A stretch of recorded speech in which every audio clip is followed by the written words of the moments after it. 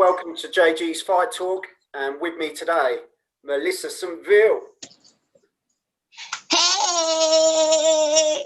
How you doing? I'm doing good, excellent. Good. Hair's looking good. Thank you, thank you. It's always different, isn't it? It's always different. Wait till you see the next hairstyle. What's the best hairstyle? Oh, blimey. I leave that for a surprise. It's because I've seen you with, I think you had short blonde hair once. I think you've had all sorts of stuff going on. But hey, if you've got it, why not? Why not? Just change it up, you know. Have fun with it. As you can see, I'm quite limited as to what I can do, so I'm just holding on to the little bit in the middle. Oh, you can do a lot of stuff with that. You can add a toupee, a mohawk, a wig. Oh, you can do plenty. Yeah, you just gotta be creative. I'll try and hold off the wigs for a little bit longer, thanks. But no, so everything's all right over there? I know it's a bit of a mad situation across the world at the moment, isn't there? You know, a lot of difficult times and a lot of negativity flying about at the moment. So it's quite hard, isn't it? Yeah, it is.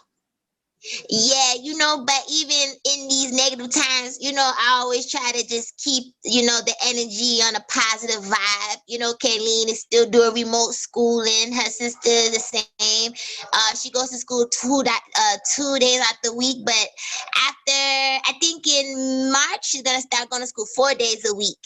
Okay. And, you know, it's good because it's only like 4 people in her class, so everybody's always separated. So it's good that she can get back in that flow, you know, going to school those 4 days instead of just being home, you know, because it's important for her to be out, you know, so be social with other classmates, teachers, and stuff like that. So how have you got on with the homeschooling? How's it been?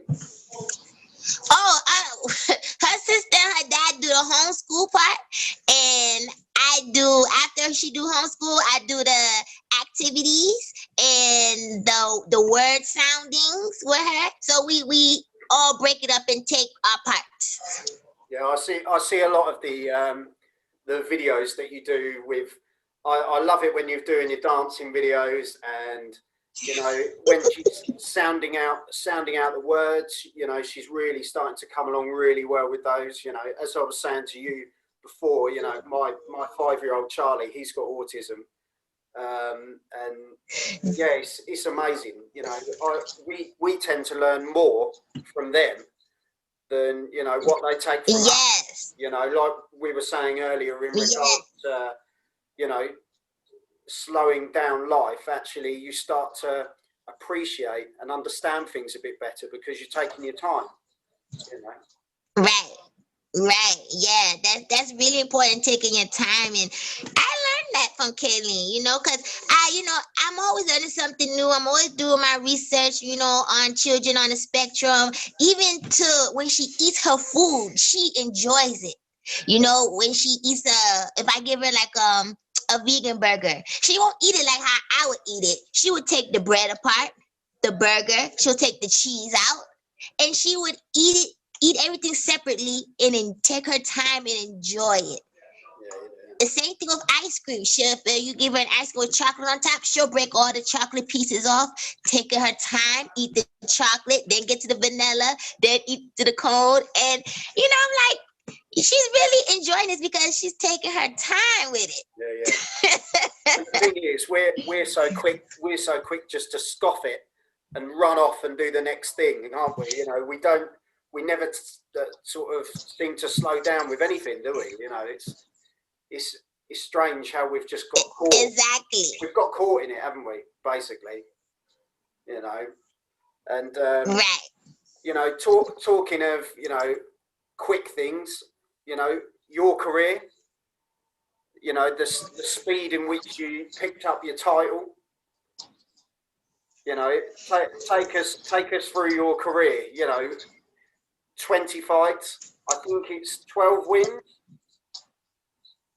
Yes, my journey in my boxing journey was like a roller coaster ride. I even through the journey I was, I had negative people around and I had positive people around, and even with the negative things going on, I always tell myself that no matter what people say, I'm gonna keep pushing, I'm gonna keep grinding and do what I gotta do because I believe in myself.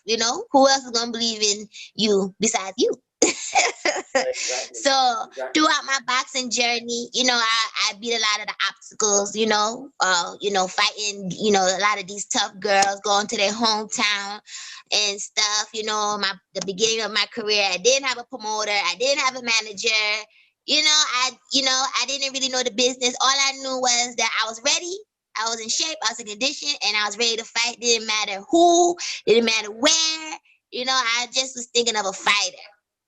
So, as I got deeper into my career, I had a friend, tell me like, Melissa, you're a good fighter, but you need to know the business side, and everything. So once I got, that helped to get the knowledge of the business side. And now finally having a manager, I have a manager now, and I had a promoter, DeBella, so it was definitely a learning process through my boxing journey, and I don't regret nothing, because anytime you hear my name or I'm getting ready to fight, it's going to be a fight.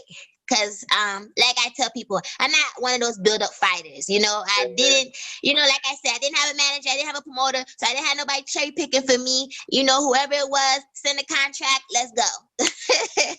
So I call myself an authentic fighter. I didn't need no grooming. Are you still actively looking for fights or? No, I'm fighting. I fight April 23rd. I just gotta call my manager and find out where. But no, I'm definitely fighting April 23rd. We getting ready now. Oh yeah. So have you been? So how is it in regards to your training? It's obviously you've got a lot going on at home and stuff like that. So how do you find that sort of balance to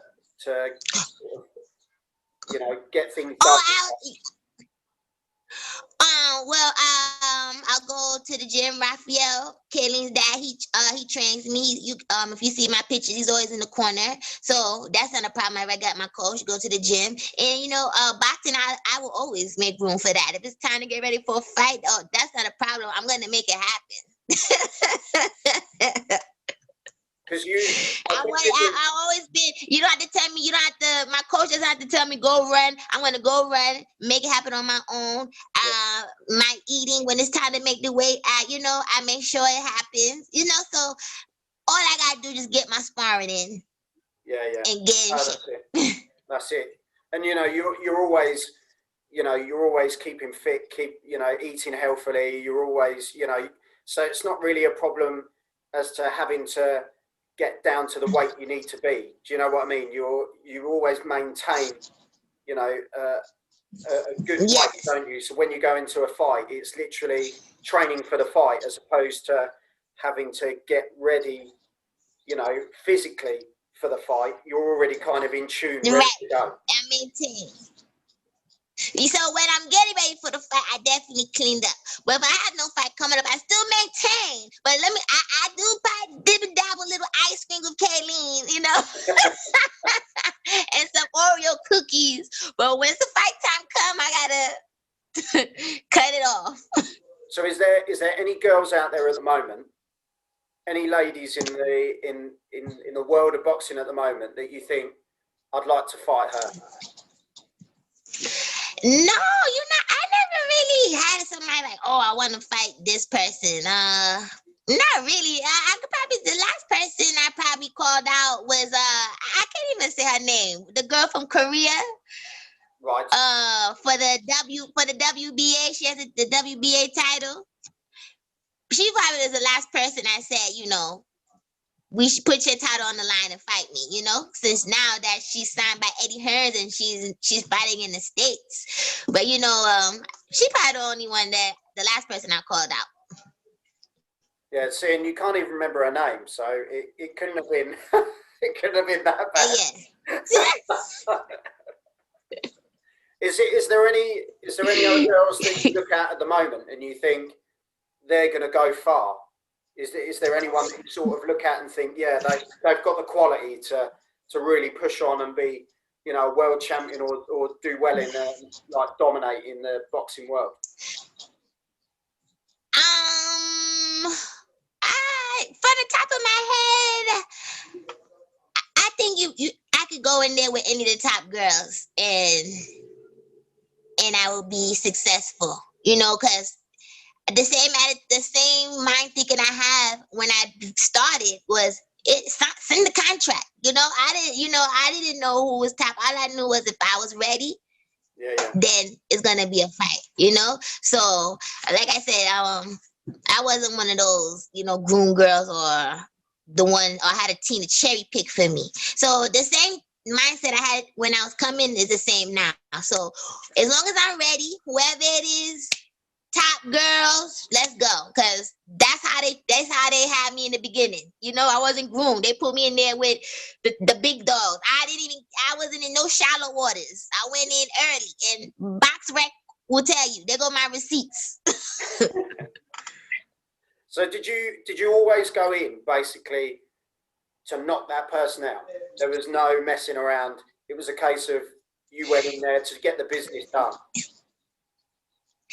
Yeah, you know, I like I said, I got my manager Brian Cohen. I met him like later, you know, little later in my career, you know. So before I had him, it was just like, oh, such and such want to fight. Whoever, you know, was training me at the time. Okay, sign a contract and let's go. Like for my pro debut, I fought Olivia Fonseca. She fights at like 147.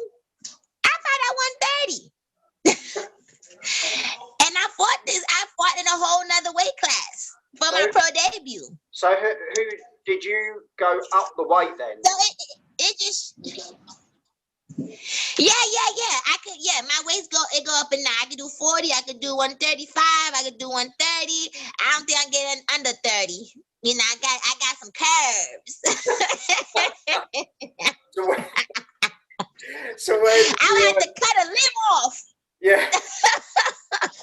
So when I've got no answer for that. I've got no answer for that whatsoever. But so what weight do you feel you sit at your most comfortable? Where do you feel you're most happiest? Apart from eating your ice cream.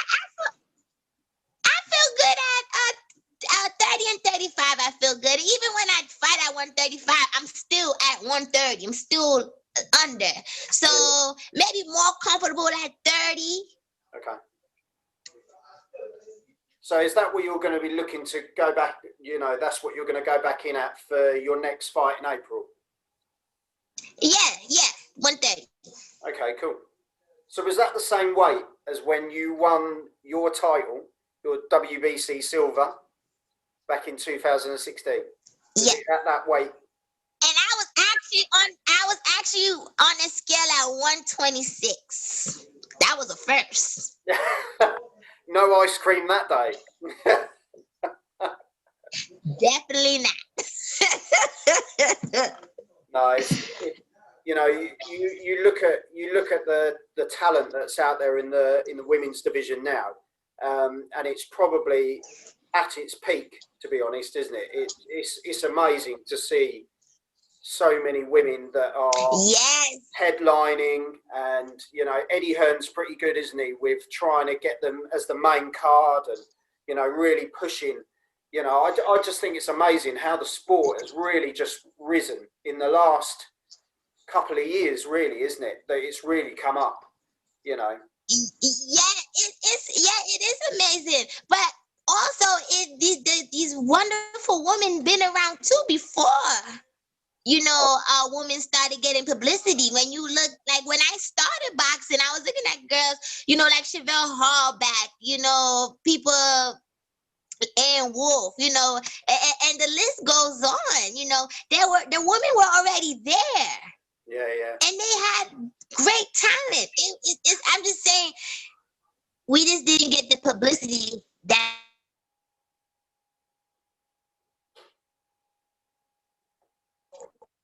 Still there? Yeah, I've got you. I've got you. I lost you for a second. Okay. It's okay. Yeah, you know, I know it's great that I love that now that the women are getting publicity, you know? And I wish that, you know, they were getting it back then too. So the women were always there. Yeah, It's just now we're getting the publicity. Now we're getting TV time. Now we're getting more exposure. But the women been around, because if you go back in the day, they were there. Yeah, as you say, it comes down to the financial backing, doesn't it? And yes, you know, support goes a long way. Yeah. Yes, support and pushing it. You know, like I said, the women fighters, we're a great talent. We've been around. I always tell people that we've been here. It's just now people are opening their eyes and seeing, wow, these women could really fight. Yeah, we've been could fight. So Hello. As a more experienced fighter now, if there was a young girl coming up through the ranks and she'd just turned pro, what advice would you give her? Oh man, I would tell her first, keep God first. I would tell her, make sure that you have a team that is for you, that has your back, and that's gonna guide you the right way. Make sure your team, you know, definitely has your back 1000%. Stay confident, you know, and know the business. Know the business and just make sure everything, you know, just makes sense. And so you don't go out there and get hurt and nothing like that, or sign any bogus contract or anything like that. Make sure you have somebody that you can trust. That's what I would say. No, as I say, you know, we were saying earlier, weren't we, that, you know, you've been through that difficult time and come out the side in, you know, amazing positivity. You know, your mentality is infectious. You know, when we see you on Twitter, and you know, I talk on behalf of like Ebony Bridges and Nicola Hopewell, who will, you know, look at your videos and stuff like that, and they turn around and they just think, she's just, it just comes out of you. Do you know what I mean? It just comes out, and that's a real testament to you. You know, there's a lot of people out there, especially at the moment, where times are hard and times are pretty dark for people. You know, on all different levels, and you know, to see you doing what you do as yourself, but also with Kayleen, I think is really inspirational to people, and I think you know, you need to hear that. So keep doing what you're doing. It's amazing. So thank you so much. I really appreciate that.